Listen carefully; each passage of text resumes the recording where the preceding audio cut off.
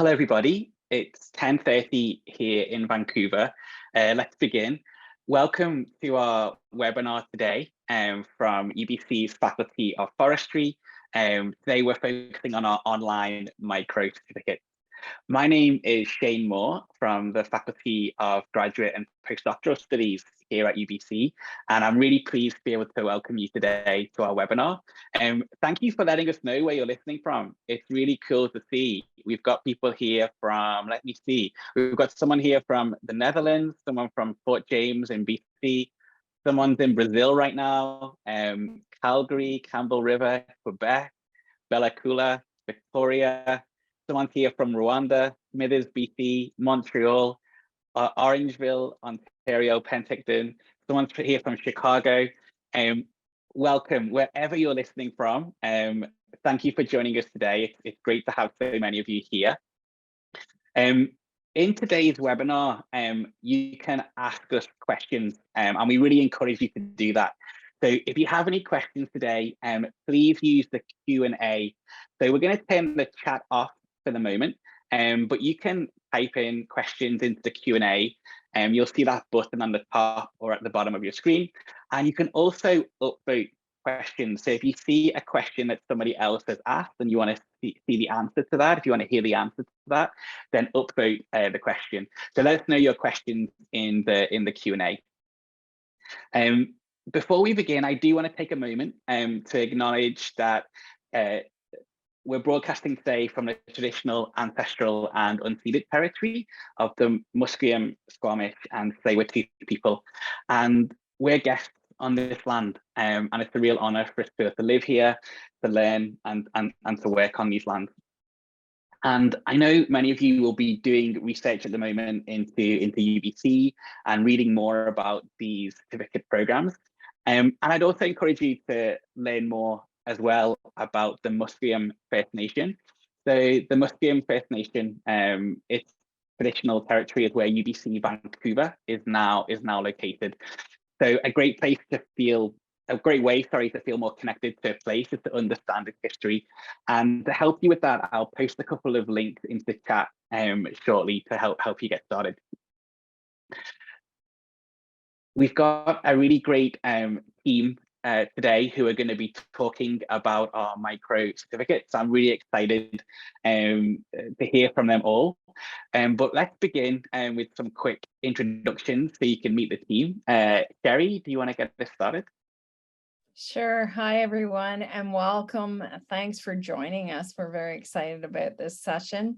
I'm Dr. Sherry Andrews-Key. I oversee the programming for all of the micro certificates in the Faculty of Forestry, and I am also the instructor for the Climate Vulnerability and Adaptation micro certificate. I will turn it over to Trevor. Hello, everyone. I'm Trevor Jones. I'm an adjunct professor in the Faculty of Forestry at UBC, and I'm the program instructor for the Forest Carbon Management program. And I'm also the geospatial and forest carbon scientist for Ostrom Climate and the geospatial and forest carbon advisor for Blue Ventures Conservation. Over to Cheryl. Hi, everyone. Thanks for joining us today. I'm Cheryl. I currently work in two roles at Forestry. The first one is Communications and Engagement Coordinator at the Collaborative for Advanced Landscape Planning. And that's basically the unit from which we will be delivering the Climate Action and Community Engagement micro certificate. And I also am the Program Coordinator for the Master of Urban Forestry Leadership program. But in this context, I am the program instructor for the CACE micro certificate. Over to Carlos. Morning, everyone. I come to you live from Haida Gwaii, the traditional, ancestral, and unceded territory of the Haida people. More specifically, with the background behind me, although that's not live, that's an image. I'm here zooming in from our main office here at the Haida Heritage Center in Kai Linagai, which specifically is in Skagilda, Skidegate. Just to fully introduce myself, my full name is Carlos Gustavo Anthony Ormond. My ancestry is Italian, Spanish, and Irish. I am a citizen of Argentina and Canada, and a resident of Haida Gwaii, along with my wife, Lais Chavez, who is a citizen of Brazil, knowing that there was also somebody here from Brazil, here with my two sons. I have been involved in the development and oversee the microcertificate in co-management of natural resources. Well, thank you. Thank you all for those great introductions. We're going to be hearing more from our presenters in just a moment as they talk about the certificate programs. But let me take a moment just to tell you a little bit more about UBC. UBC is a real global center for research and teaching, and we're consistently ranked as one of the top 20 public universities in the world. So we're really involved in moving society forward by finding solutions to some of the world's biggest challenges. And one way that we do that, and the main way that we do that, is through our research. And the research is important because the research that we do, it really empowers the knowledge that we teach in our programs, whether that be a certificate program or a graduate program or an undergraduate program here at UBC. UBC received a lot of research funding, and over the last year, we've received over $750 million of funding, which is funneled into over 10,000 different research projects across our campuses. And over the last few years, well over 240 companies have been spun off from the research that's being produced at UBC. So UBC is a real hub for research. It's a hub for the generation of new knowledge. And by studying on our programs, you'll have the chance to connect in with those faculty members and connect in with the knowledge that is being generated. UBC Vancouver has over 58,000 students, for around 47,000 undergraduate students and over 11,000 grad students at the moment. And I mentioned that in many rankings, we're ranked as one of the top universities in the world. So for example, we're one of the top 20 public universities, but also in certain areas, for example, in climate action, we're ranked very highly as well. So the Times Higher ranked UBC as 7 in the world for its work on climate action. The Faculty of Forestry is one of the 12 faculties that we have at UBC Vancouver. It's seen and is ranked as one of the top 3 forestry schools in the world. That's because of the world-class teaching that's happening, and also it's home to some of the most innovative minds and some of the most cutting-edge research in forestry. There's also a really welcoming community. We hear that time and again. The Faculty of Forestry is home to students from around the globe, and there's a really great community within the faculty. And the micro certificates are a really great way for you to connect in with the Faculty of Forestry, to connect in with the knowledge and the latest ideas, and also for you to connect in with the forestry community. So these are the micro certificates that we're going to talk about today, and we're going to go into detail about each of them. But why would one consider a micro certificate? There's lots of great reasons. One great reason is their flexibility. So you can study on these programs from wherever you are in the world. You can study remotely, and you can build an adaptable schedule so that you can work through the content in a way and following a schedule that works for you. They're relatively short programs, so these programs can be completed in a matter of weeks, and they really bring that world-class instruction to you. So you're going to be learning from the same faculty members who are teaching in our undergraduate programs, who are teaching on our graduate programs here at UBC. These are great programs for professionals who are looking to expand their knowledge, gain access to more employment options. Also to hear about some of the latest ideas and some of the latest trends that are happening in the world of forestry. it's a great chance for you to continue learning, or if you've been away from learning from education for a little while, it's a great way to step back in, to experience what it's like to study again and what it's like to learn. And who knows, it might spark your interest, and you may come back and do a longer program with us at UBC. But let's hear about each of these programs now, in more detail. So let me pass it over to Sherry to get us started. Thanks so much, Shane. And you captured really well some of those key pieces around this type of programming and the flexibility and accessibility of it. And so as the program director for the micro certificates, this team that you are having the opportunity to hear from today, as Shane said, are really, at the top of their fields, and really understand what some of the skills and competencies are that working professionals need out there. So it's not just taking the theory and the science pieces, but it's giving you the skills and competencies about how to actually apply this in the real world context. So that's really exciting for us. Specifically for the climate vulnerability and adaptation micro certificate, this was our first micro certificate that we developed in the faculty, and we're into our second year of the program, which is very exciting for us. And this is an 8-week program. Through that, we have 4 courses, and in total, that would be approximately 60 hours of learner time. So what does that actually mean, learner time?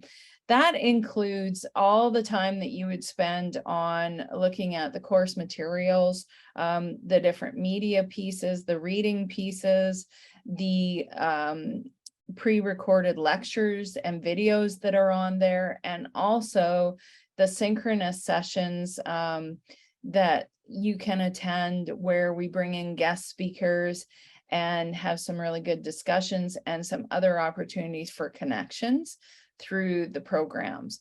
So, and that also includes the assessment pieces. Each course is $650 Canadian. And a lot of questions that often come through are, does this change depending on where you're coming from as international students? This is the price. So it doesn't matter where you're coming from across the globe. The price is $2,400 for the entire certificate for all students in Canadian dollars.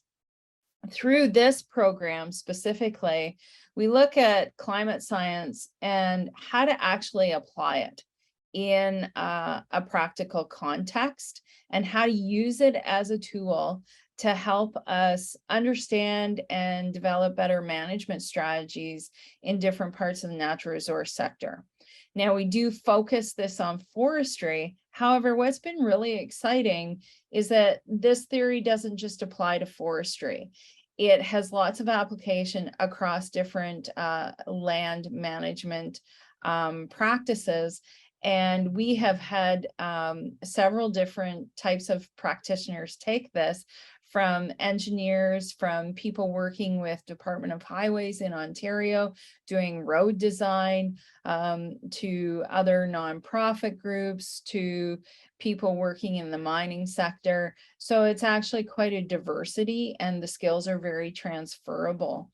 And we really take you through the applied pieces of how do you actually look at vulnerability and risk related to climate change within your specific practice, and how do you come to that place where you can develop real on-the-ground strategies for adaptation, and how does this apply to linking it to the business case? Because at the end of the day, we know that these things have to be accountable from the financial end of it, and so we've built this into the program. And these are areas that I have and do research in and work with industry and government on. And we bring in those experts from those sectors to talk about how they've actually applied it. So it's very rooted in reality and what is needed on the ground out there. Application deadline for the current session that we're offering this fall is October 14th.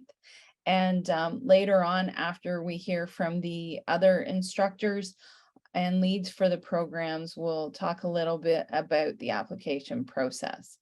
So now I will turn it back over to Shane.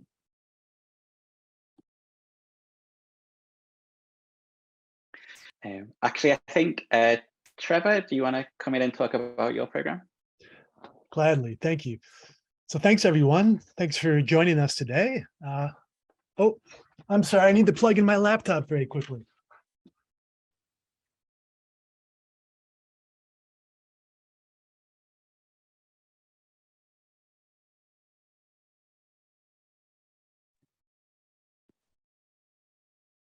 So just while Trevor is dealing with his technical challenges there, a little bit about the idea around the micro certificate. And what we find really exciting is with this one that Trevor's going to talk to you about, the forest carbon management.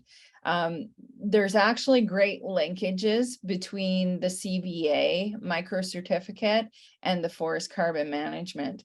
And for those of you that are on here, especially from the forest sector, this is actually something that we are seeing happen in the forest sector around certification.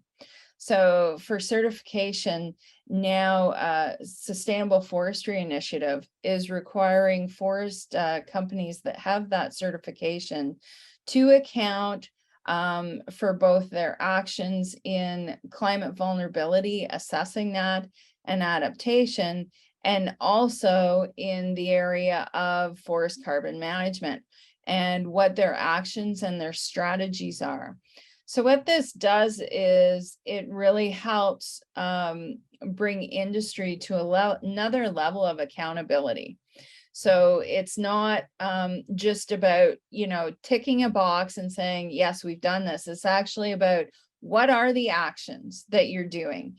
And so something that Trevor, you will get some great experience in this course and some expertise in how to actually start doing this.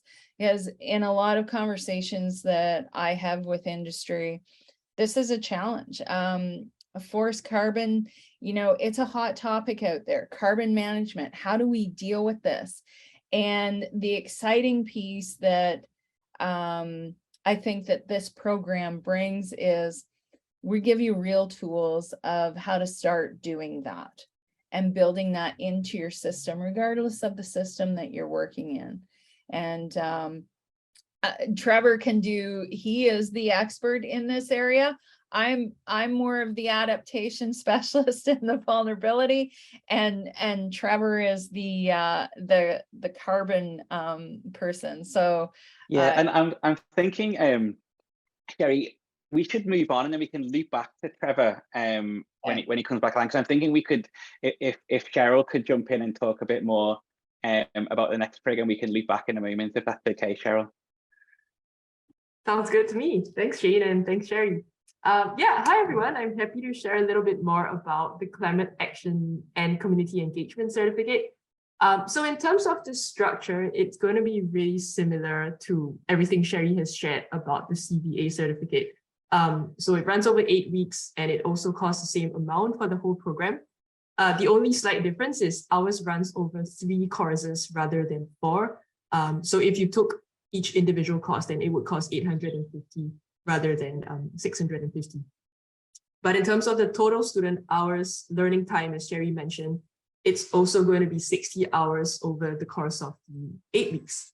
But I think what people might be more interested to know today is actually what is going to be covered in the CACE micro certificate. So the broad overview is, as you see on the screen, it helps you to gain the skills and understanding that are required to engage and train local climate champions. So really the unique thing about the CACE certificate is that it really zooms down to the local, or what we call the neighborhood or community level. Just a bit of background on why we came up with this program is really because we have noticed that there are so many people in Vancouver, in Canada, and around the world who care a lot about climate change, but they kind of just don't know where to begin or what to take as a first step. And the point of CACE is really to show you that there can be very tangible, practical, and impactful actions that just start with you as an individual and then slowly scale it up to the neighborhood level. So climate change can be really daunting when you think about it, like at the global perspective or at the regional perspective, but CACE helps you to just focus on what can be done at the local level.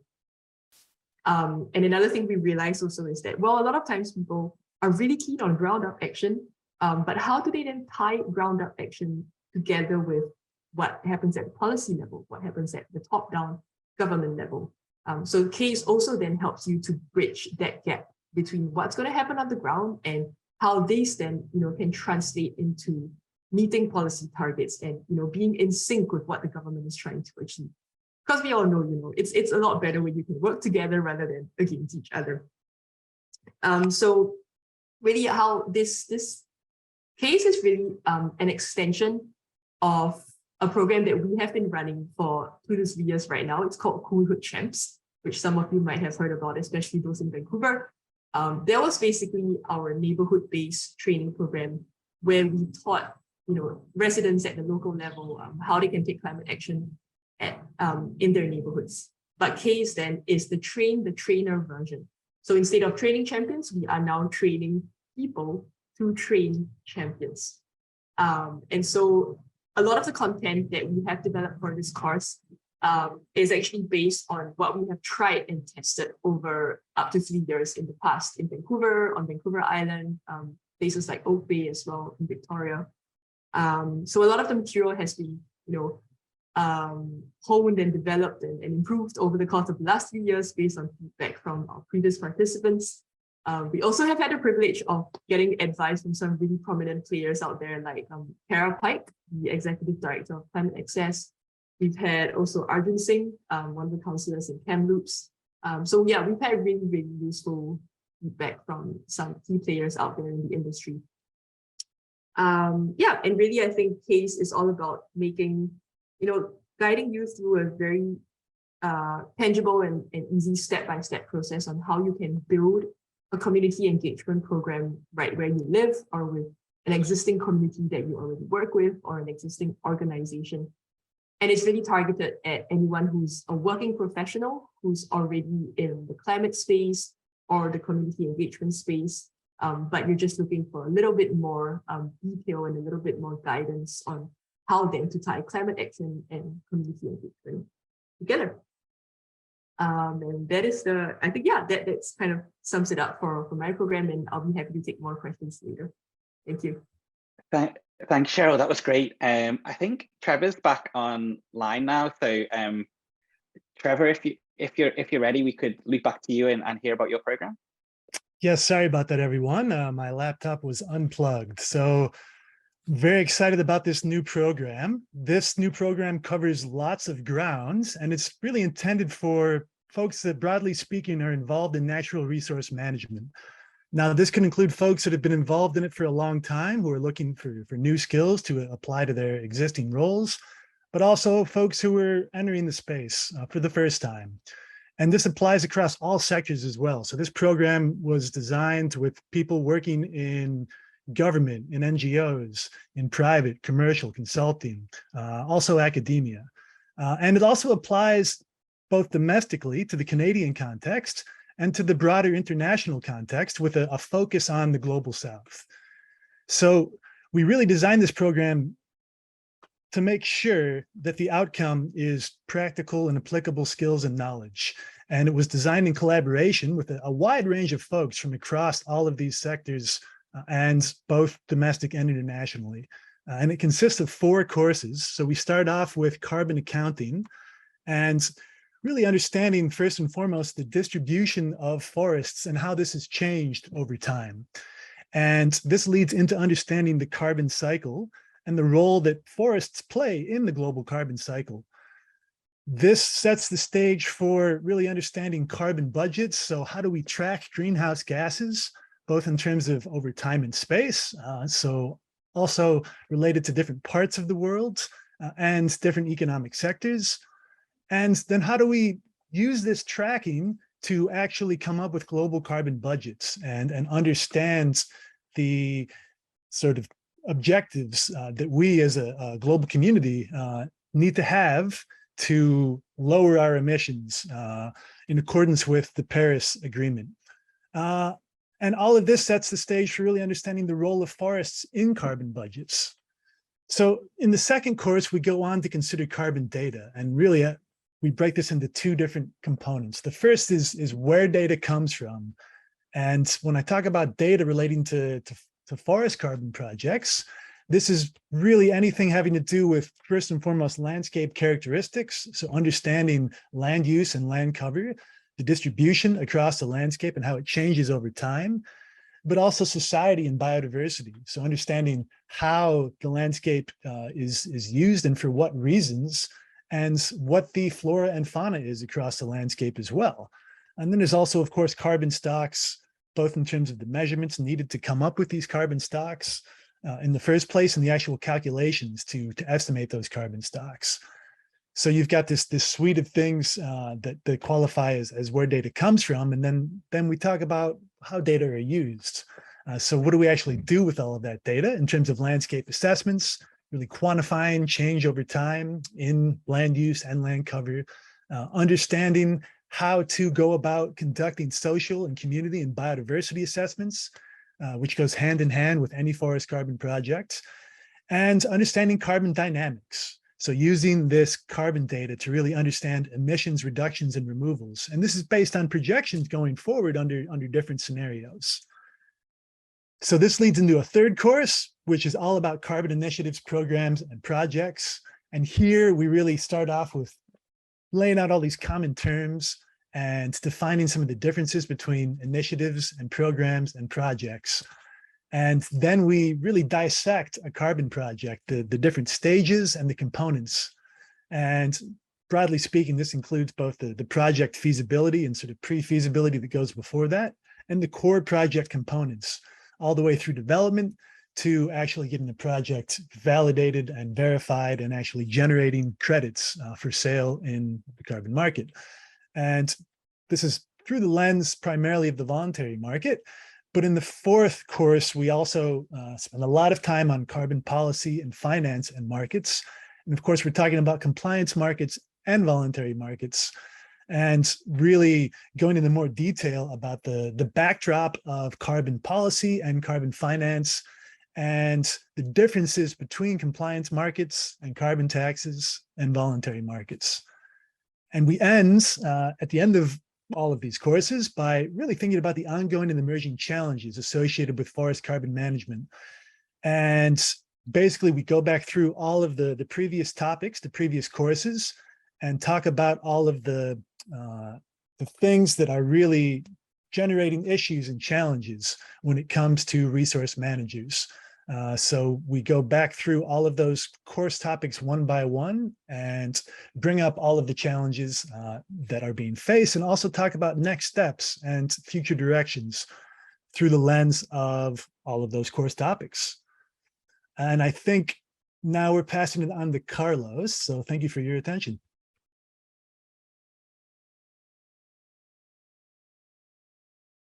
Well, thank you, Trevor, and good morning and good afternoon, and I think good evening to some of you. So yes, and so with this micro certificate, the co-management natural resources, there's a slight different format to this, and my apologies to everyone, as there is a slight edit to the way that our courses are scheduled, and they aren't. The program isn't 8 weeks. I would say to some extent, if as you can there's 3 courses in this program: strategies for creating change in complex systems, co-management, and lawn governance. And each of those courses happens over 3 weeks with a break in between. So to some extent, if you are an individual that chooses to take all 3 courses in this upcoming offering, it would be 11 weeks with each course being 3 weeks with 1 week break in between courses.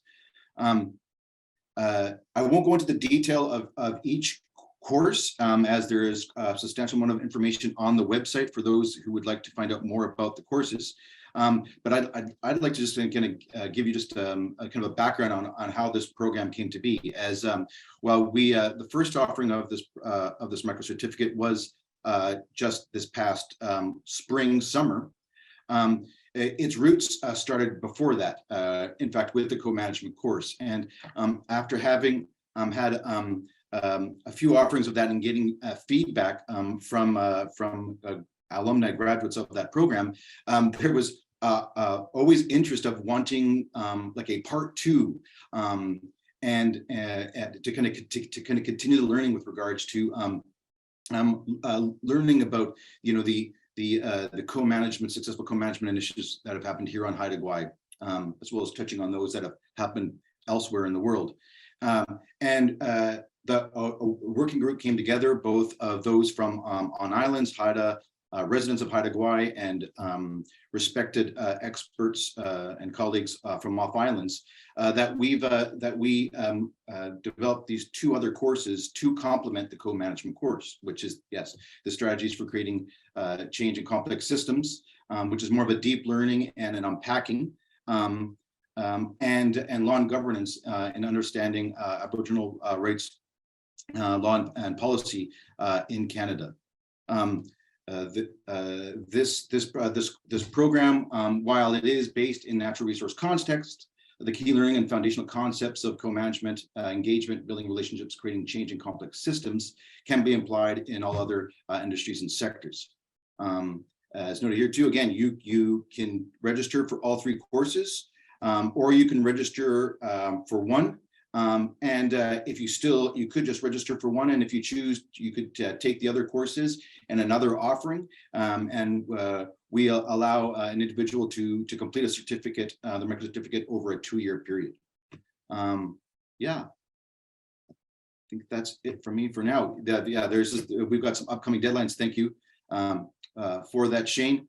We've got strategies for creating change that is coming up September 23rd. We will accept registrations just to the Friday before the program starts. Then co-management October 21st starts, and law and governance November 18th. And should those be of interest, and if you haven't spent more time on our UBC Forestry website on the program, please read up on the instructors that are teaching it. These are both Haida residents of Haida Gwaii and trusted colleagues from off islands who have been working with us for a number of years, and respected people in their own right in their fields, that have an interest in not only working with Haida Gwaii Institute, but also using this as an opportunity to help bring about change. Hawa, thank you.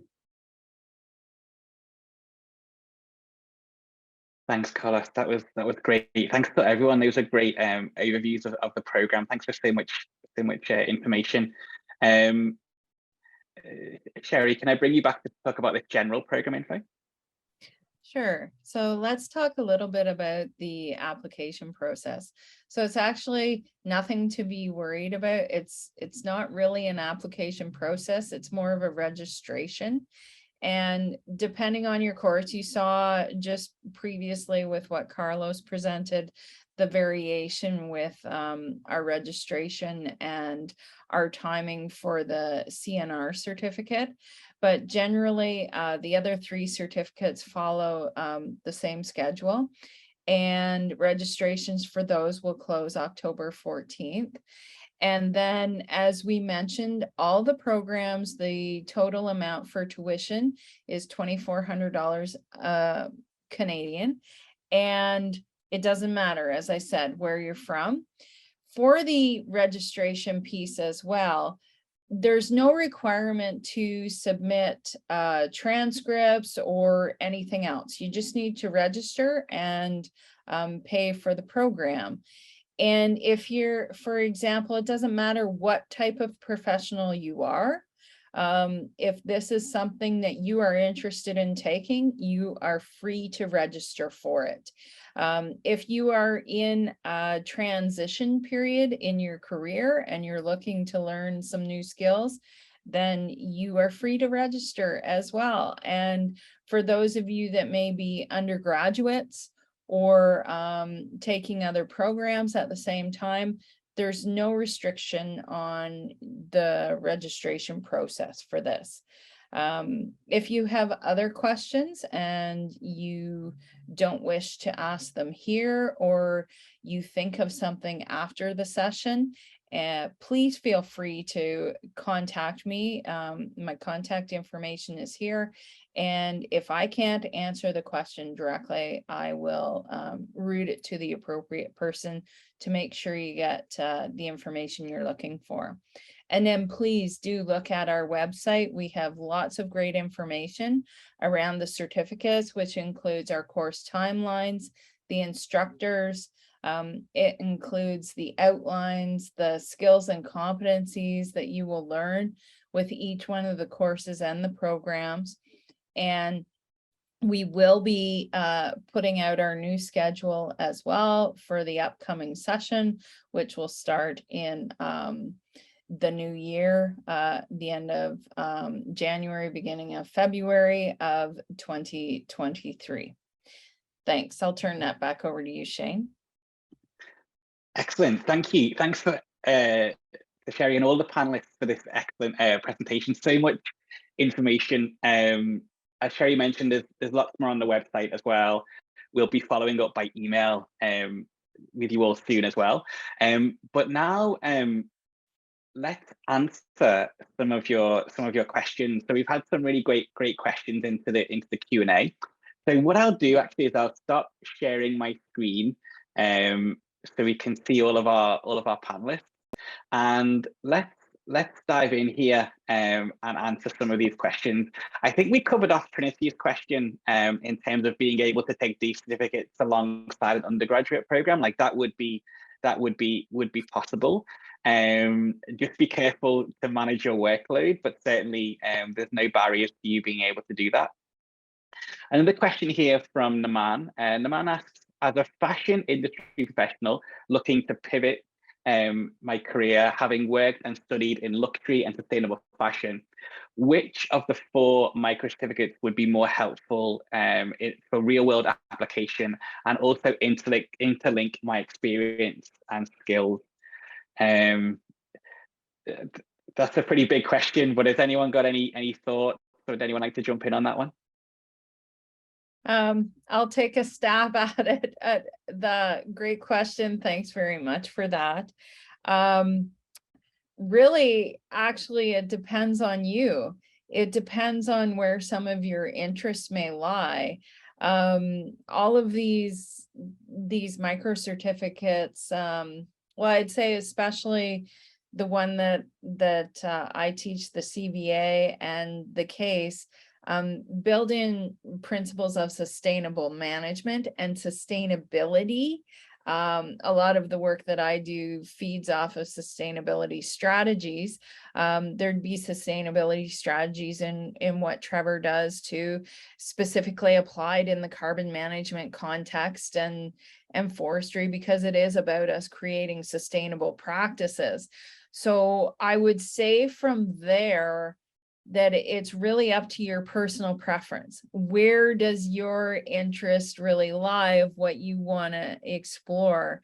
The CVA really roots itself more in natural resource type of management systems. But that being said, the theory can be applied to a number of different management systems. The CACE, Cheryl can weigh in on this, would be more community oriented. And, or if you wish to maybe transition into an urban environment with something with urban resource management or planning or something like that, or even in the health sector, there could be a lot of application there. Yeah, does any of the other leads want to weigh in on that? Yeah, just to mirror your comments, Sherry, we definitely spend a lot of time thinking about the sustainable use of forests, and really you could break it into three categories. These include the conservation of forests, so the avoided conversion, the restoration of forests, but also the improved management, improved use of forests. And all of these really tie into making sure that forests are able to provide those that rely on them on a more local level with a range of different ecosystem goods and services. This, of course, relates to the wood products themselves, but also all kinds of other forest-related products.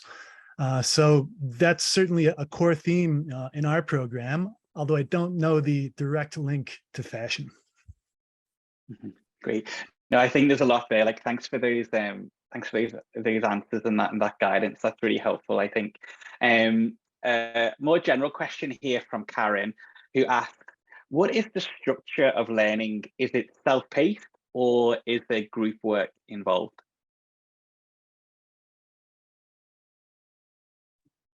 So overall, and each one of the leads can add in on this, especially for Trevor and Cheryl and I being the instructors of certain certificates.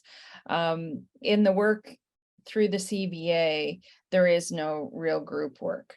And when we're structuring this, it is mainly there are deadlines for certain assessment pieces, and that, as we only have a 2-week timeline to complete everything that needs to be done in the program.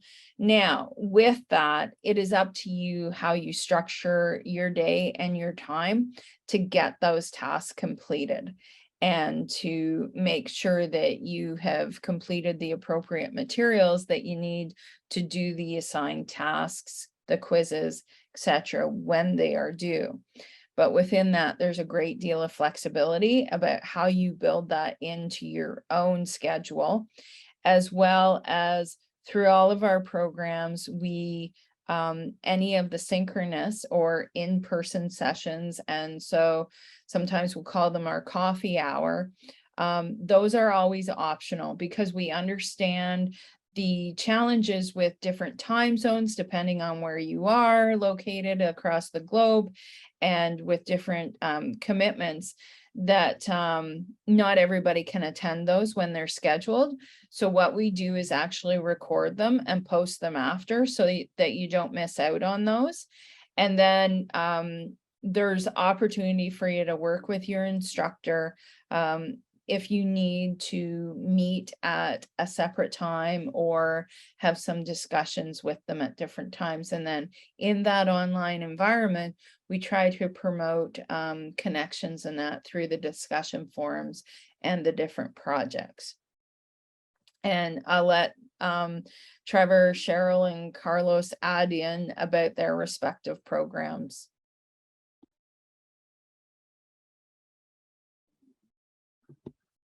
Yes, and we follow a very similar approach. So really no deviations from what you describe in the FCM program. So yeah, we follow the same approach. Same for CACE. And it follows suit as well for the co-management. That's great. Thanks, everyone. It seems like there's a lot of flexibility in the programming. That's excellent. So another question here from Thais. I hope I pronounced that right. I'm sorry if I got your name wrong. But they ask, do you address blue carbon, e.g. mangroves conservation and restoration projects in the FCM program? Yes, we do. And actually my background, in fact, what's behind me right now is mangrove forests. So my entry into the world of forest carbon is through blue carbon. So in 2011, I started working for the marine conservation NGO Blue Ventures. I moved over to Madagascar and spent a few years over there getting their blue carbon program up and running, and very much is community-centered mangrove carbon projects. So given my background in blue carbon and continued involvement in that space, for sure that content is featured throughout the different courses of the program. Obviously, there's a lot of focus on terrestrial ecosystems as well, because most of the forests are terrestrial, but blue carbon is for sure a part of the program. Great, excellent. Jesse asks, do we need to complete the program within 8 weeks, or can we complete it over a longer time frame? Oh, this is an exciting part, we think, of these certificates, is that in that spirit of flexibility and understanding the challenges around trying to be professionals and other life commitments, and then also wanting to continue your journey of learning, we have structured these programs so that you have the option from the very first time you enroll. So for example, if you rolled in one of the co-management courses for this fall session, you have from that time 2 years to complete the other 2 courses in the different sessions that we offer. And we offer sessions twice a year. So our sessions run in the fall. So including with the CNR, which has a little bit different schedule, that'll start near the end of September. So our courses run from September to December in the fall for the different programs. And then they start up the end of January and run through till the end of April, with, of course, breaks built in there. So we do provide that flexibility. You can take that entire time to get a certificate. If you just are interested in one of the courses or 2 of the courses, that is your option to just take those as well. And you would get a certificate of completion for that individual specific course. But until you complete the entire certificate, you won't receive the certificate completion. Great, thank you. Sarah asks, for co-management of natural resources, if spacing courses out over 2 years, do you recommend taking them in the order they were listed? Yes, in short, yes. Particularly starting off with the strategies for creating change in complex systems. We would recommend starting off with that if you have the intent to do all 3 courses. But that being said, if you're interested in taking the long governance or the co-management first, and we'll decide later to take the other 2 courses, that won't complicate things. Or we've intended these courses to be offered by themselves, but then also as a group. Thank you. Oh, great question.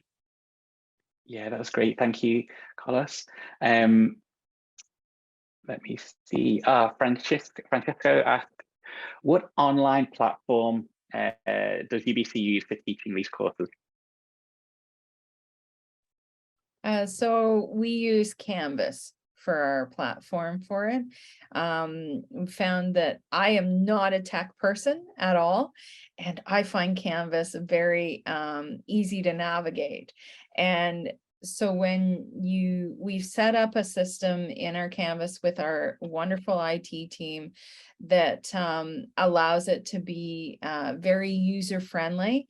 And we've actually have a template that all of our micro certificates follow in Canvas. So if you have already taken one, you will have no trouble navigating the others.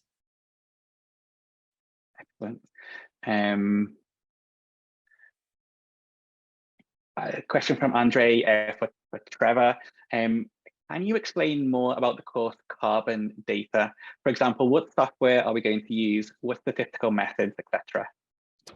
Yeah, so happy to do that. The carbon data course covers a lot of ground. And, given that this is a micro certificate, we don't actually go into the nitty gritty of really intimately learning how to use a particular software or platform.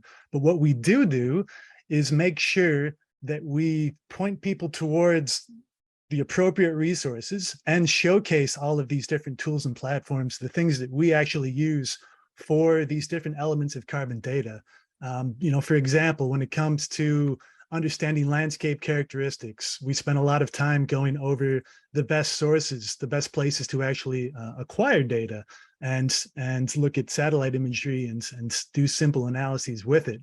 But this also includes overviews of where to actually go to analyze different geospatial data sets as well, using different platforms, anything from Google Earth Engine and the Adrisi Land Change Modeler, FragStats, and things that were made in Google Earth Engine as well.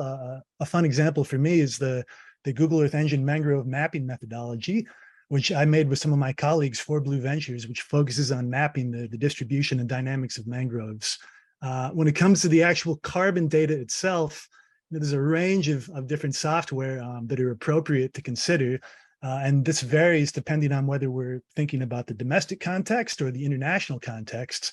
And things that we overview and discuss include the carbon budget model, CO2 fix, the forest projection system, the land change modeler, different national greenhouse gas inventory tools, and really overviews of all of these. But also importantly, when it comes to this space, a lot of the calculations, a lot of the analysis that you do is based on your own workbooks done in things like Excel oftentimes.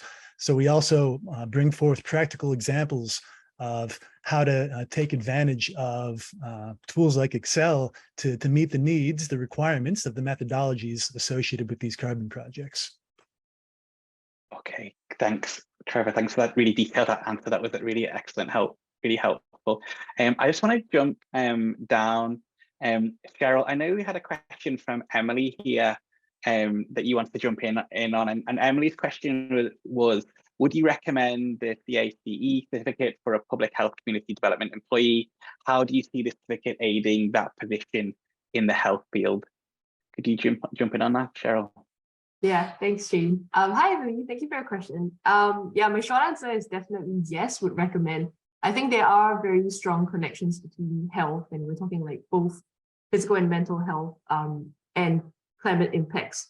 So really what CACE does is it kind of, we talk about helping people to to apply the climate change lens to the neighborhood or the community level. So we can always put a little more of the health angle in your case, and talk about how we can open our eyes to the health impacts of climate change in whatever community you are focusing on. And the biggest project that comes out of the CACE certificate is really you will be able to write up your own program and project proposal at the end of the final course on how you want to implement your own community-based climate action project in the community that you want. So if you want to address like a specific health impact, let's say mental health impacts, trauma or grief or something like that, how can you then implement a program that's tied around that? We will help to walk you through a step-by-step and like a case-by-case kind of basis on how then you can implement a program that's centered on that. And I know we're running out of time, so I'm happy to talk more about this, but you can email me more and I'm happy to talk more about it. Thanks, Emily, and thanks, you. Thank you. Okay, if we can quickly jump back to Trevor, will we be using CBM in the course? It will be one of the tools that we do overview. Yes. Excellent. Okay, great. We've just got a couple of minutes to go, so I just want to go through a couple more questions if we can. Karen asked, it was mentioned that one of the certificate programs is in its second year.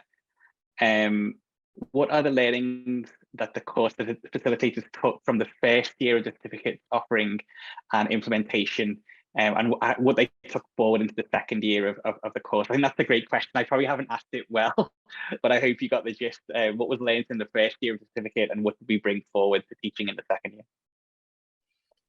So one of the main things that we learned in the first year with the CVA micro certificate was around flexibility and needs of different scales of learners, and how to incorporate this in to a program that you know, we have such a short time period, and how do we accommodate this? So when we were looking at the creation of the new micro certificates, that is something that we really took to heart and said, all right, if we're going to build programming and training for working professionals, how do we make it very effective in the way that we deliver it, and be able to provide that flexibility, but still get through what we need to get through.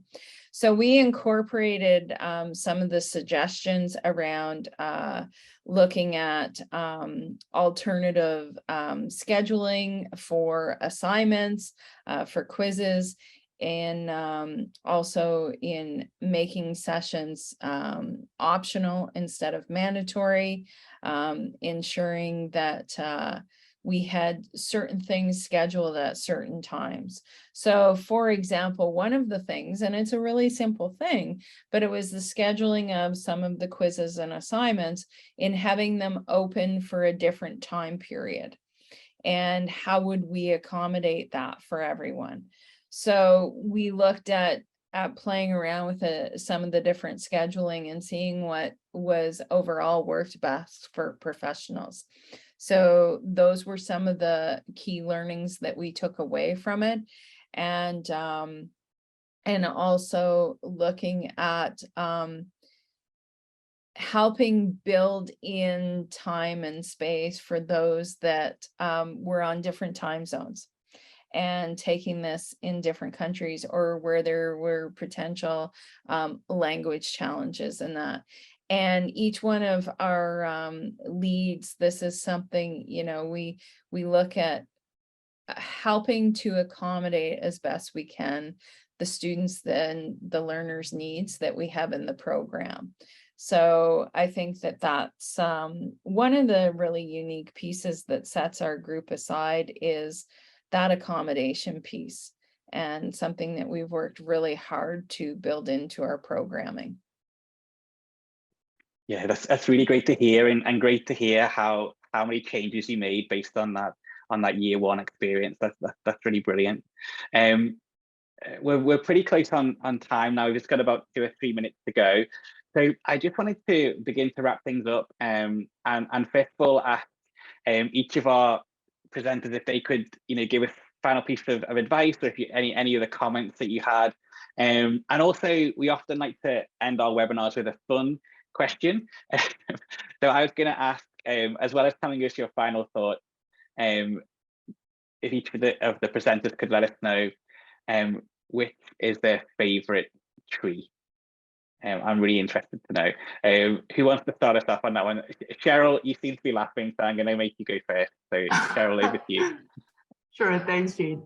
So my favorite tree is actually the rain tree. It's not native here. I don't know how many people are familiar with it. It's tropical and it's from Singapore. But it's kind of similar to the London plane. So it's really broad and sweeping. And it's one of our favorite shade trees in Singapore. Context, Singapore is tropical, very much like Brazil, really hot and humid all year round. So everyone just likes to, you know, sit under a rain tree and admire its beautiful foliage, and also get some relief from the really, really hot sun in Singapore. That's fine. Thank you.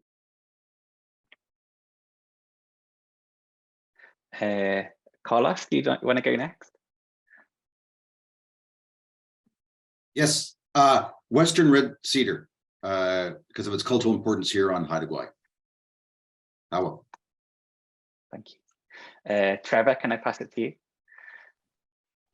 Yes, I'm afraid I'm not going to be able to answer the question, because I've had the pleasure of working and traveling to many parts of the world, many forests, and all of them have such wonderful and different trees, and it would be impossible for me to pick a favorite. A good answer. Sherry, I'll pass it over to you for the final word. Thank you. I'm sure people are tired of hearing from me by now, but for me, my favorite tree is actually the sugar maple, and that's because I grew up in Central Ontario, and my parents make maple syrup, And so I got to grow up doing that, and it's just always like gives me such special memories and loving, what actually such deliciousness that can come from a tree. And so yeah, that would be my favorite tree. In terms of sort of wrapping things up around recommendations for, your process of deciding if one of these certificates may be right for you, please don't hesitate to reach out to us. We're here to try to help you navigate this. I know that it can be challenging, trying to figure out, your time is valuable, and so is your money, and trying to figure out what would be the best in your own professional practice. All of the people here have a lot of diversity of experience, and like myself, a lot of them have worked in a lot of different environments, from private practice to with NGOs, etc. So I think that between the team here, there's a lot of knowledge that can help you if you're having some challenges in this area. And we're here to try to create capacity for working professionals. And that's some of our underlying goals in this type of education and training, and build those skills and competencies out there. Wonderful. That's really great. I want to say a really big thank you to all of our panelists. Thanks for a great presentation. What really stood out for me is just the depth of your experience. Like, this really came through when you were talking about your different certificate programs and some of your experience. So thanks so much for sharing that today. Everybody, you'll see in the chat that our team has posted in their email addresses, so you can follow up with them. If you have more questions, please feel free to do that. We'll be following up with you, so we'll send you a follow-up email. This recording will be available as well for you to listen again. But I just want to say a really big thank you to all of our panelists, and thank you all for joining us today. We'll say goodbye for now, but we'll hopefully see you on one of these programs soon. Thanks, everyone.